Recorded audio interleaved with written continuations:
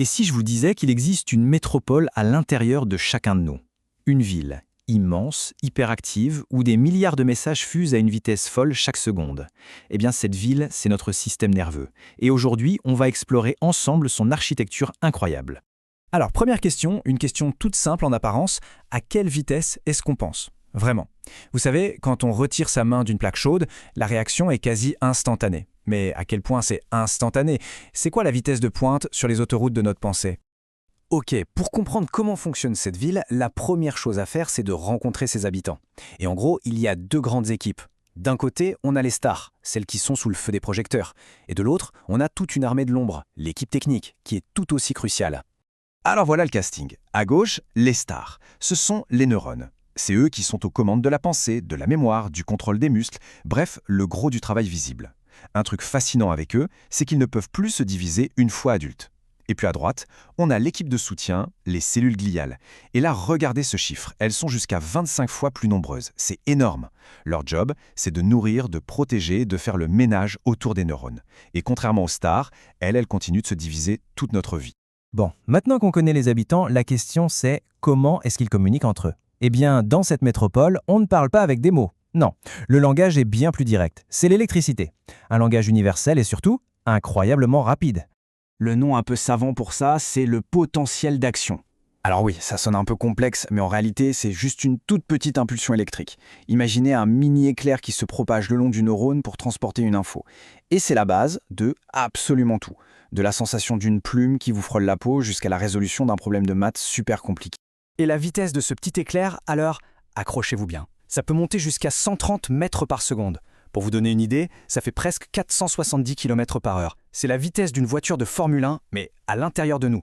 Pour que ce soit plus concret, imaginez un signal qui doit aller du bas du dos jusqu'aux orteils. C'est une sacrée distance à l'échelle du corps, non? Eh bien, grâce à cette vitesse, le message parcourt tout ce trajet en une toute petite fraction de seconde. L'efficacité de notre câblage interne est juste dingue.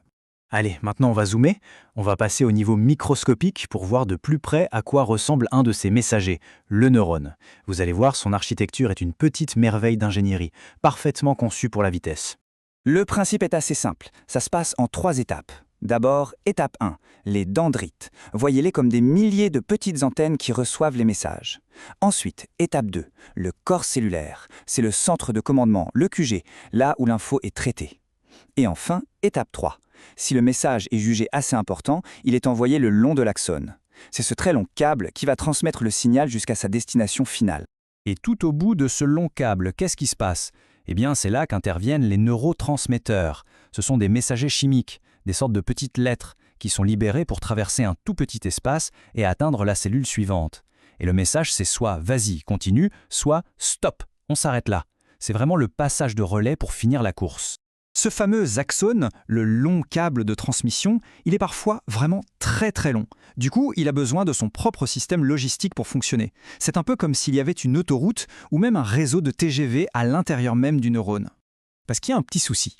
L'axone, c'est une autoroute, mais sans aucune usine sur le bord. Il ne peut rien produire lui-même.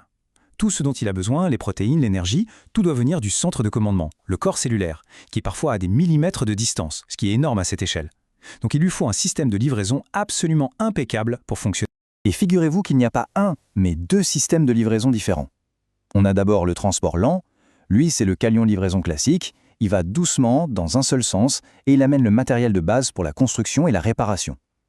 Et puis on a le transport rapide, alors lui c'est le TGV, il file à toute allure, dans les 2 sens. Il envoie les colis urgents vers la destination et il ramène les déchets vers le centre de commandement pour qu'ils soient recyclés. Un système super bien huilé. C'est une merveille de logistique, vraiment. Mais cette efficacité incroyable, cette autoroute du retour si parfaite, elle a un côté sombre, une faille. Et voilà le problème. Certains virus, certaines toxines sont assez malins pour se faire passer pour des passagers clandestins. Ils piratent littéralement cette autoroute du retour pour remonter à contre-courant directement jusqu'au QG, le corps cellulaire. Et une fois là-bas, ils peuvent infecter tout le système nerveux central. C'est exactement la stratégie qu'utilisent des agents pathogènes comme le virus de la rage ou la toxine du tétanos. Ok, après ce petit voyage au cœur de nos cellules, reprenons un peu de hauteur. Tous ces mécanismes incroyablement complexes, eh bien, ils ne sont pas isolés. Ils forment un tout, un système dont la santé est absolument fondamentale pour notre bien-être général. Cette phrase résume tout, en fait.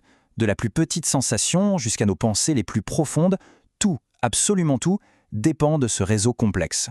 C'est le moteur de notre perception du monde, le fondement même de qui nous sommes. Donc, pour conclure, on a vu que ce réseau est une merveille de rapidité et d'efficacité, mais il a aussi ses failles. Il est à la fois incroyablement robuste et étonnamment vulnérable, et c'est la base de tout ce que nous sommes.